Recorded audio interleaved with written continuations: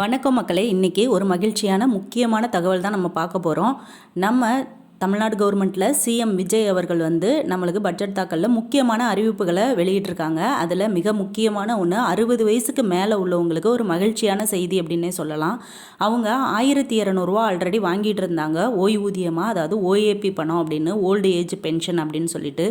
அது இப்போ இந்த 3000 ரூபாய் கொடுக்கறதுக்கான உறுதியும் அவங்க கொடுத்துருக்காங்க. அவங்க கொடுத்த டாப் லிஸ்ட்டில் இந்த முதியோர் ஓய்வு தொகை இடம்பெற்றிருக்கு. அதை தான் நம்ம இப்போ நம்ம சேனலில் இந்த வீடியோவில் ப்ரீஃபாக பார்க்க போகிறோம். நம்ம சேனலை இப்போ தான் ஃபஸ்ட் டைம் பார்க்குறீங்க அப்படின்னா கண்டிப்பாக சேனலை சப்ஸ்கிரைப் பண்ணி பக்கத்தில் இருக்க பெல் ஐக்கானையும் கிளிக் பண்ணிக்கோங்க. அப்போ தான் மத்திய மாநில அரசு கொடுக்கக்கூடிய இலவசங்கள், நலத்திட்டங்கள், இதை பற்றின வீடியோ தான் நம்ம சேனலில் நான் அப்டேட் பண்ணிகிட்ருக்கேன். அந்த தகவல் உங்களுக்கு உடனுக்குடனே சேரணும், எல்லாருக்குமே பயனுள்ளதாக இருக்கணும் அப்படிங்கிறதுக்காக தான் சொல்கிறேன். சேனலை மறக்காமல் சப்ஸ்கிரைப் பண்ணிக்கிட்டு வாங்க வீடியோக்குள்ளே போகலாம். இந்த 60 வயசுக்கு மேற்பட்டோருக்கு எப்போ இந்த ஓய்வூதியம் கொடுக்க போகிறாங்க அப்படின்னு எல்லார் மனதிலையுமே ஒரு எதிர்பார்ப்புகள் ரொம்பவே இருந்தது. அதுவும் வயதானவர்கள் எப்படி ஒரு மாத்திரை மருந்து இது மாதிரி வாங்கி சாப்பிட்றதுக்கு எங்களுக்கு கொடுப்பாங்களா, கிடைக்குமா அப்படின்ற மாதிரி சொல்லியிருந்தாங்க. இதுலேயே ஒரு அதிர்ச்சியூட்டும் தகவல் மகளிர் தொகை நிறைய பெண்கள் 60 வயதுக்கு மேலே உள்ள முதியவர்கள் வாங்கிட்டு இருந்தாங்க 1000 ரூபாய் பணம், கலைஞர் உரிமை தொகையான 1000 ரூபாய் பணம். அந்த 1000 ரூபாய் பணத்திலிருந்து 60 வயதுக்கு மேற்பட்டவங்களை நிறைய பேரவே நீக்கிட்டாங்க. அது எல்லாரும் பயந்து இருந்தாங்க, எங்களை நீக்கிட்டாங்க, எங்களுக்கு கிடைக்குமா அப்படின்ற மாதிரி. அவங்களுக்கு ஒரு குஷியான மகிழ்ச்சியான ஒரு ஜாக்பாட் நியூஸ் தான் அந்த 1200 ரூபாய் பணம் இல்லாமல் 3000 ரூபாயா ஓய்வூதியமாக கொடுக்குறோம் 60 வயதுக்கு மேற்பட்டவங்களுக்கு அப்படின்ற மாதிரி சொல்லியிருந்தாங்க. ஆல்ரெடி இந்த 1000 ரூபாய் பணம் வாங்கிட்டு இருந்தவங்களா இருந்தாங்க அப்படின்னா அவங்களுக்கு கண்டிப்பாக அந்த 3000 ரூபான்றது உண்டு அப்படின்ற மாதிரியும் தகவல் சொல்லியிருக்காங்க. அதனால் யாரும் பயப்பட வேண்டாம், இது ரொம்பவே மகிழ்ச்சியான செய்தி அப்படின்னு சொல்லலாம். ஆல்ரெடி கலைஞர் உரிமை தொகையான 1000 ரூபாய் பணம் மகளிர் உரிமை தொகைக்கு கொடுத்துட்டு இருந்தாங்க. அதை நம்ம தாவேகா அரசில் மதிப்புமிகு மகளிர் தொகை அப்படின்னு சொல்லி அதை நேம் சேஞ்ச் பண்ணி அவங்களுக்கு 2500 ரூபா, 1500 ரூபா மேலே அவங்க போட்டு 2500 ரூபா மாதம் 15ஆம் தேதி எல்லாரோட வங்கி கணக்குலையும் அவங்க வரவு வைக்கிறதா நம்மளுக்கு தேர்தல் வாக்குறுதியாக கொடுத்துருந்தாங்க. அதை இந்த பட்ஜெட் தாக்கலில் கண்டிப்பாக எல்லாருமே எதிர்பார்த்த நிலையில் மகளிர் உரிமை தொகையை பற்றி அவங்க பட்ஜெட்டில் எதுவும் சொல்லலை. இருந்தாலும் கூடிய சீக்கிரமே, இன்னும் பட்ஜெட் முடியலை, கூடிய சீக்கிரமே அதுக்கான நிதித்தொகையை அவங்க ஒதுக்கி அந்த 2500 ரூபாயும் அறிவிப்பாங்க அப்படின்னு எல்லாருமே எதிர்பார்த்துக்கிட்டு இருக்கோம். அது கூடிய சீக்கிரமே நடக்கும் அப்படின்ற மாதிரியும் அமைச்சர்கள் வட்டாரத்தில் தெரிவிச்சுக்கிட்டு இருக்காங்க. இந்த 3000 ரூபா பணம் கண்டிப்பாக எல்லாருக்கும் கன்ஃபார்ம் அப்படின்ற மாதிரி உறுதியாயிடுச்சு. அடுத்து மே 2026 மாதத்திற்கான கலைஞர் மகளிர் உரிமை தொகை பயனாளிகளின் வங்கி கணக்கில் விரைவில் வரவு வைக்கப்படும் மாண்புமிகு தமிழ்நாடு முதலமைச்சர் திரு ஜோசப் விஜய் அவர்கள் உத்தரவு அப்படின்னு மே மாதம் நம்மளுக்கு இந்த அறிக்கையை வெளியிட்டிருந்தாங்க. பெண்களுக்கு மாதந்தோறும் ரூபாய் 1000 உரிமை தொகையாக வழங்கப்பட்டு வரும் கலைஞர் மகளிர் உரிமை தொகை திட்டத்தினை மறுசீரமைப்பு செய்ய அரசுக்கு உரிய கால அவகாசம் தேவைப்படுகிறது. மே 2026 மாதத்திற்கான கலைஞர் மகளிர் உரிமை தொகை பயனாளிகளின் வங்கி கணக்கில் விரைவில் நேரடியாக வரவு வைக்கப்படும் என்று மாண்புமிகு தமிழ்நாடு முதலமைச்சர் திரு ஜோசப் விஜய் அவர்கள் உத்தரவிட்டுள்ளனர் அப்படின்னு நம்மளுக்கு இந்த அறிக்கை மே மாதத்தில் அவங்க தமிழ்நாடு கவர்மெண்ட்லேருந்து இதை ரிலீஸ் பண்ணாங்க.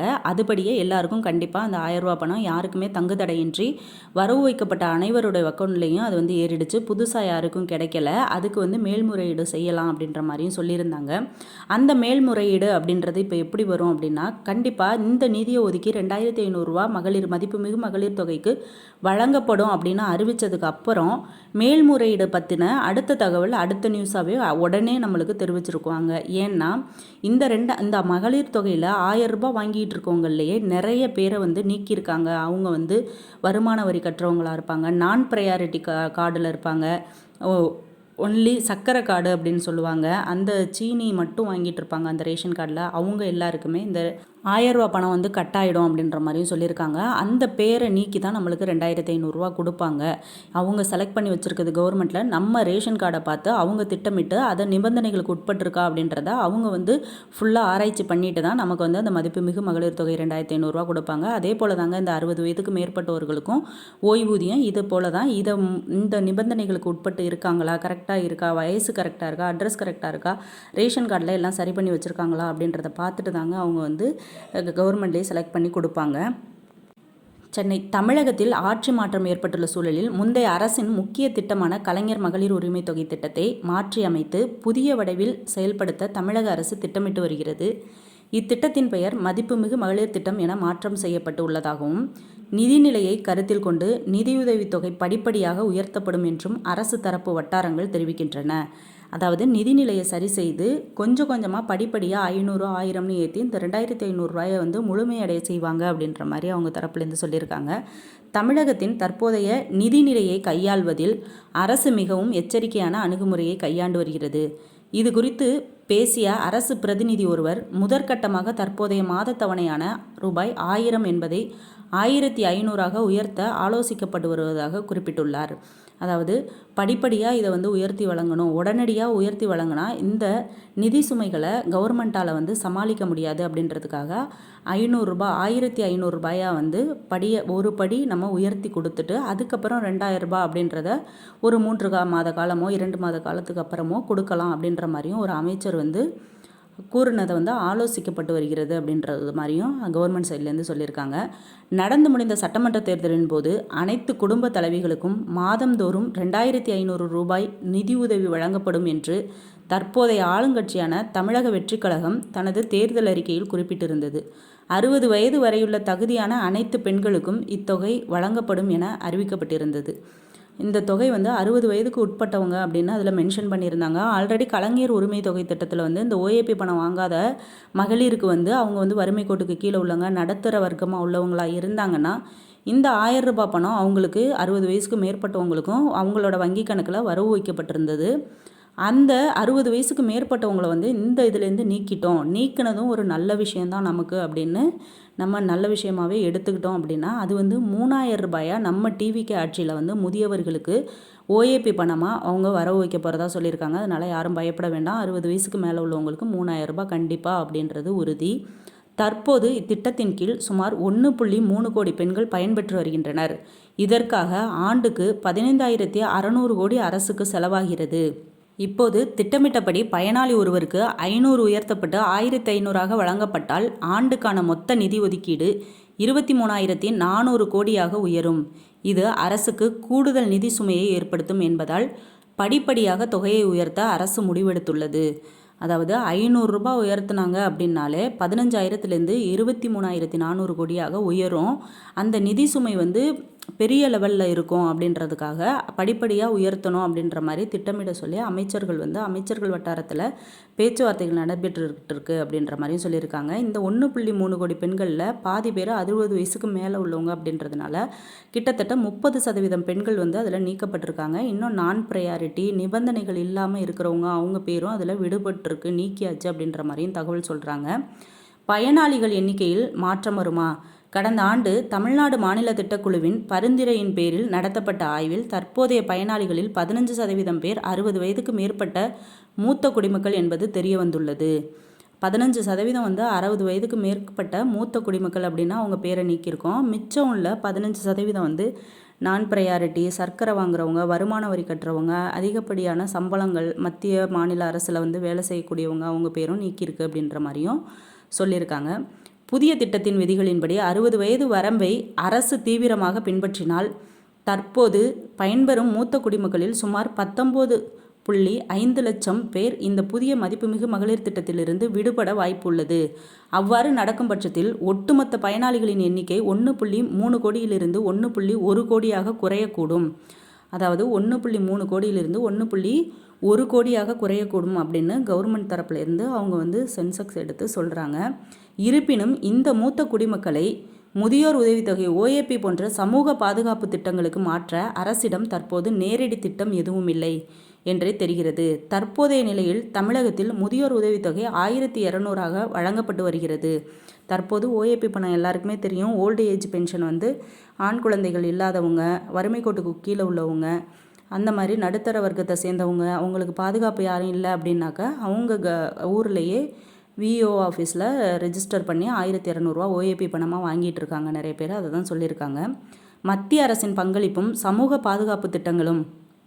மத்திய அரசின் இந்திரா காந்தி தேசிய முதியோர் ஓய்வூதிய திட்டத்தின் கீழ் 60 வயது முதல் 79 வயது உடைய பயனாளிகளுக்கு மத்திய அரசு ரூபாய் 200ம் 80 வயதுக்கு மேற்பட்டவர்களுக்கு ரூபாய் 500ம் வழங்கி வருகிறது. மேலும் மாற்றுத்திறனாளிகள் மற்றும் விதவைகள் ஓய்வூதிய திட்டங்களுக்கு ரூபாய் 300 மத்திய அரசால் பங்களிக்கப்படுகிறது.